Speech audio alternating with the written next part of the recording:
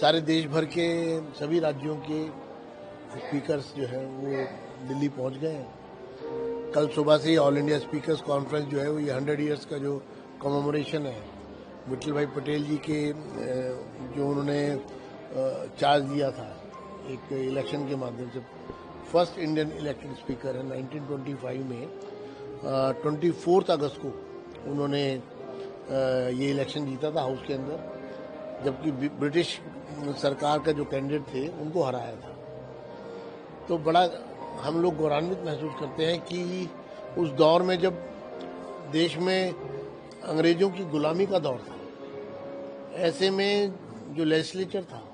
उसके अध्यक्ष भारतीय थे और लेजिस्लेचर के माध्यम से भारतीय सदस्यों ने जो देश की आज़ादी की लड़ाई लड़ी, जिस तरह से सरकार को नाको चने चबवाए, कितने किस्से ऐसे सामने आते हैं जब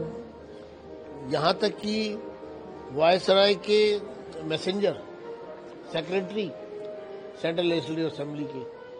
आकर के विठल भाई पटेल जी के पैर पकड़ लेते हैं कि वायसराय ने मैसेज भेजा है कि इस बार हमको एक्सक्यूज कर दीजिए, अगली बार से हम जो आप कह रहे हैं उसको फॉलो करेंगे। लेकिन विठल भाई माने नहीं,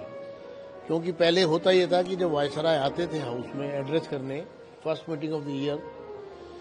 तो स्पीकर को नीचे बैठना होता था और चेयर पे वायसराय बैठते थे। तो जब विठल भाई पटेल बने तो उन्होंने कहा कि नहीं, मैं अपनी चेयर नहीं छोड़ूंगा,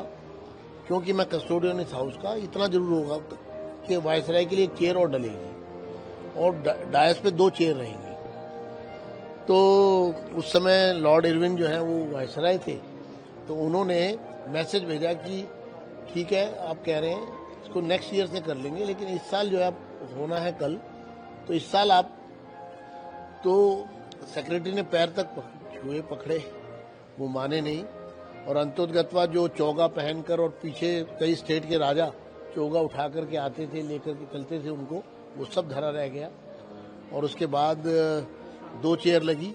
उसी सेशन में और उन्होंने अपना जो ओहदा था, भारतीयों का जो सम्मान उससे बढ़ा,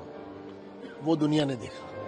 सर, कल 2 दिन से शुरू होगा, इसकी शुरुआत कल अमित शाह जी करेंगे और इसमें अंतिम सेशन में मनोहर खट्टर जी को बुलाया है। इसमें लोकसभा के स्पीकर, हाँ जी, इसका इनॉग्रल सेशन जो है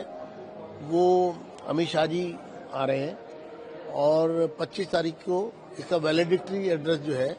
वो माननीय ओम बिरला जी करेंगे।